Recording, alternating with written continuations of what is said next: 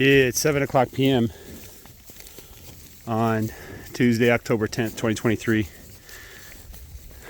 And I'm moving them into the third cell of this second section on the rotation that started on October 6th, 2023, I believe. So the sun is just now set. We got lots of clouds though, so the sky is still plenty bright. The cows were eager to move. I don't think the last section they were too excited about. There's plenty of grass they're leaving behind. One of the things that I'm focusing on now is how much grass do they leave behind, because I need the grass to recover quickly. Judy's method is very, very different than my method. I hope you guys recognize that. I think he very much undergrazes his property. Of course, he's in a drought. He's been in a drought just like we have. And what he does is he's able to let a section of his farm rest for 60 days, 30 days at a time before he makes a decision to move it back, which means he has plenty of options, and he plays it by ear. So I'm doing a more mathematical approach here. I don't have that eye yet. I don't trust my instincts yet with grazing either. So I just do it mathematically. To continue the discussion with F.E. Gollum, so he basically responded the way I would expect him to, that, theories can evolve and change, and that theories are correct. Just because they're theories, they have to be correct. And he doesn't give me a name for theories that have been proven incorrect, though, that don't comport with reality.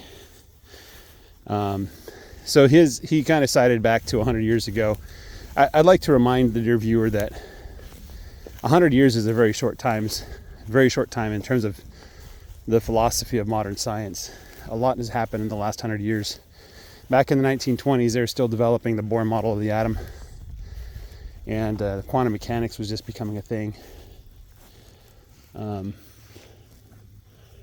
a lot has happened since then. One of the things that I've been wanted to talk about for a while is this topic comes up a lot. People say socialism is bad, or communism is bad, or Marxism, or some other Leninism, or whatever they want to call it. And I think people have a hard time explaining what it is that they're talking about and why it's so bad. And to preface this conversation, I'm going to say, yes, it is true that these philosophies have starved many, many millions of people to death. And that's bad. But that's not what makes the philosophies bad. And that's not even the worst of it. And it is true that people claiming to espouse these values and this philosophy have killed millions and millions of people, tens of millions of people, maybe close to 100 million people, because they disagreed or had different ideas than they did. And we're not talking in war, we're talking like, government against the people. And that's really bad. We can have a discussion about whether starving your people or killing your people directly is more humane. But even that's not the reason why socialism and Marxism and all that kind of stuff is evil and bad. And it kind of misses the point on what those philosophies actually are. And if you argue that way with a socialist or a Marxist or whatever, you're not going to get very far, because your arguments will fall on deaf ears. The reason why these philosophies are bad is because these philosophies are not based on reality. And that's the simple truth. They're based on fantasy. Even worse, they're based on aspiration. These ideas talk about the way things should be and completely disregard the way things actually are. Or rather, they say this is the way the world is, but it shouldn't be this way and we should change it. And to me, it seems kind of like, oh yeah, what's the big deal with a bunch of people living in a fantasy world? Who cares? I like fantasy. I like sci-fi. Luke Skywalker's cool, right? That's true. Those fantasy worlds aren't a problem. And wishing things were different isn't a problem. The issue is when you begin to exercise action to make the impossible become reality. When you yourself refuse to accept reality for what it is. And on my long rant, not too long ago, where I ranted against the problem with science, some people use the word scientism to describe the concept, as opposed to science, what it used to be, during the Enlightenment, when we started to do science, when the concept of modern science began to develop. At the heart of the issue, why they reject reality and why they embrace fantasy and why they're willing to act upon their whims contrary to the nature of reality is because reality and God are the same thing. Atheism, the idea that there is no God, is a battle against reality. It's a rejection of reality. And if you listen to Richard Dawkins and all those people, eventually they'll tell you that there is nothing. Oh, let's look at these beautiful colors here. They'll tell you that there's nothing that can persuade them that there is a God. In fact, if God himself appeared to them, or if he wrote in the heavens, or did something remarkable and truly inexplicable, they can just explain it away by saying, oh, aliens did it, or, Arthur C. Clarke's rule that any sufficiently advanced technology is basically indistinguishable from magic. So these people, at the heart of their philosophy is the rejection of reality as it is. And the reason why they reject reality is because they refuse to accept God. Because God is reality, right? This universe was created by God. And the rules were put in motion by God. And it's governed by God. God watches over it constantly. And so they have a hard time accepting that concept. And I think the reason why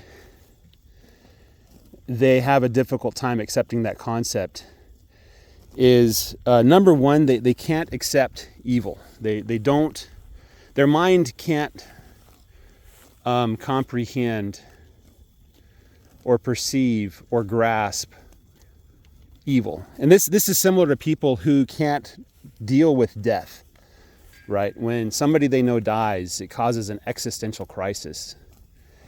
And they're torn to pieces. The very foundation of who they are and what they are is changed when someone they know or even someone they love dies. Because it forces them to accept reality for what it is. And evil is part of the world. It's part of nature. It exists. It's real. And if evil's real, then there must be an opposite to evil, something that is not evil. Otherwise, evil just would be everything. There must be good, right? And of course, we all want good, right? Every one of us wants something that we think is good. But if we can't embrace evil, not embrace evil like become evil, but accept the fact that evil exists, tolerate its existence, and comprehend it, then we cannot embrace good, the concept of good, right? And likewise, we don't really understand what life is if we cannot comprehend what death is, right? Life is defined by death and vice versa. They're the opposites of each other. And so those concepts are all part of reality. And this wonderfully complex and amazing universe, at a philosophical level, metaphysical level, is beyond anything we can possibly imagine. And so if we accept reality for what it is, oh my goodness, this is amazing. If we accept reality for what it is and seek to understand it and make that our life's mission, not to change it, not to manipulate it, not to contort it, but to accept it for what it is, to understand and find a way to make your way through life that comports with reality rather than fantasy. That's the true mission. That's the awful truth of existence and everything else. I'm going to zoom out, see if you guys can see the full beauty of this amazing sunset. I'm glad I chose a time like this to talk about this concept. So really at its core, Marxism, Leninism, communism, socialism, these are all ideologies that reject reality and embrace fantasy. And rather than face the awful reality of life and death, good and evil, people would rather exist in fantasy to the point that they're willing to kill people over it. You know, and that's the awful, dangerous truth. Modern science used to be grounded in reality. And the way that I was trained in physics was to continue that tradition, that philosophy, right? That it doesn't matter what you think. It doesn't matter what logical conclusions you have or what assumptions you make. In the end, the only thing that matters is what nature's opinion on the subject is. That's all that matters. And we form theories to try to explain nature, but ultimately, we're forever grasping in the dark. And one of my favorite little concepts is we were studying thermodynamics and what is it called? The beginnings of condensed matter theory, about how particles behave in large quantities. And there was a problem that we had to solve in order to connect thermal physics with particle theory. And the professor, he kind of paused and he put his pen down, or his piece of chalk. I don't remember if he was using an overhead projector or if he was using the chalkboard. I think he was using a projector, but he kind of paused and put the pen down, and he goes, "At this point, I want to tell you a joke." And he said, "Why was the drunk man looking for his keys under the lamp, the street light?" And he says, "The keys could be anywhere. It probably went under his car. Maybe he kicked it into the middle of the parking lot, but why was he looking under the lamplight?" And the students were quiet. We're like, "Well, that's a weird question to ask." And then he said, "The reason why he looked under the lamplight is because that's the only place that had light. If he was ever going to find his keys, that's the only place he would find them." And he said, as physicists, when we study these things, sometimes the only place we can look for keys is under the lamplight. And so he looked at this problem and he says, "I don't know how to solve this problem, but I do know how to solve this other problem, and they look awfully similar. So if we can somehow make this problem look like that problem, maybe we have a chance at solving it." And that was a really insightful aspect of like modern physics. Is it starts with the understanding that you don't know anything. Probably you can't know anything, but you can try, and there is something to know. You're not guessing forever at randomness. And not just that, but the other concept is that pursuing the knowledge of the structure of the universe is not just, it's a fun hobby, but it's actually a religious pursuit. The same as a priest or a monk, devoting themselves to religion. If you choose to take that upon yourself and make that your life's mission, you are really devoting yourself to the study of God. So that's pretty much what I wanted to say. The truly dangerous idea is not that we should, take some things from some people and give it to some other people or this or that. Really, the truly dangerous idea is that we should not accept reality the way it is, but rather we should try to force reality to conform with our ideas. So, and I know we all accuse each other of doing the same thing, but really, any science discussion should involve two people pointing out how the other person is wrong. The discussions where you agree with each other and pat each other on the back, that's not science. That's just pure hubris. If we're going to improve our knowledge of the universe, we have to be shown our flaws in our reasoning and our experiments and such. We have to be willing to question ourselves and question others. And that's really, the freedom of speech thing. That whole concept that Locke illustrated or described, he was talking about the freedom to speak freely on topics of religion.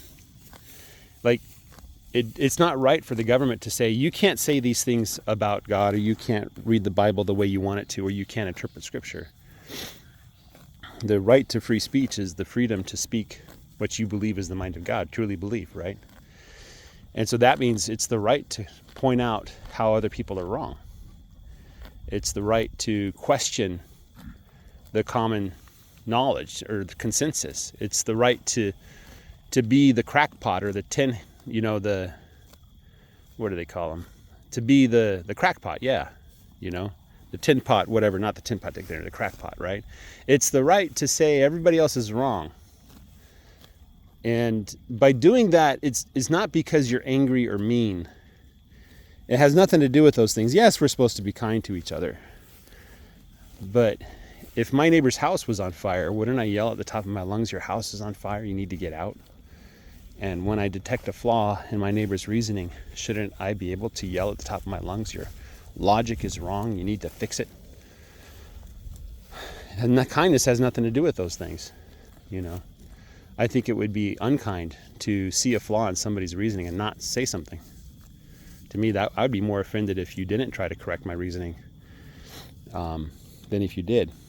If I ever get to the point where I'm like, you can't dare question me, that's because I've separated myself from reality. And I refuse to accept the fact that reality is a separate thing from me. And that somehow I've substituted the real God for myself, right? So that's my thoughts. That's the thought of the day. The real dangerous idea is the idea that we don't have to understand reality and that we can try to structure it according to our own wills. So, and at the heart of the Marxist philosophy is this concept of postmodernism, which, if you really want to go down a rabbit hole and understand what's really going on, I recommend you start reading about postmodernism. The only people really talking about postmodernism are the people who are pointing out how it's wrong. We need to get back to the Enlightenment. We need to get back to the idea that humans can understand reality and that it's a worthwhile goal, and that truth and reality are important things. We need to go back. Otherwise, we have to go full circle the other way, back to the Stone Age, start knocking each other on the head with rocks until somebody says, hey, maybe it'd be a good idea to stop doing that.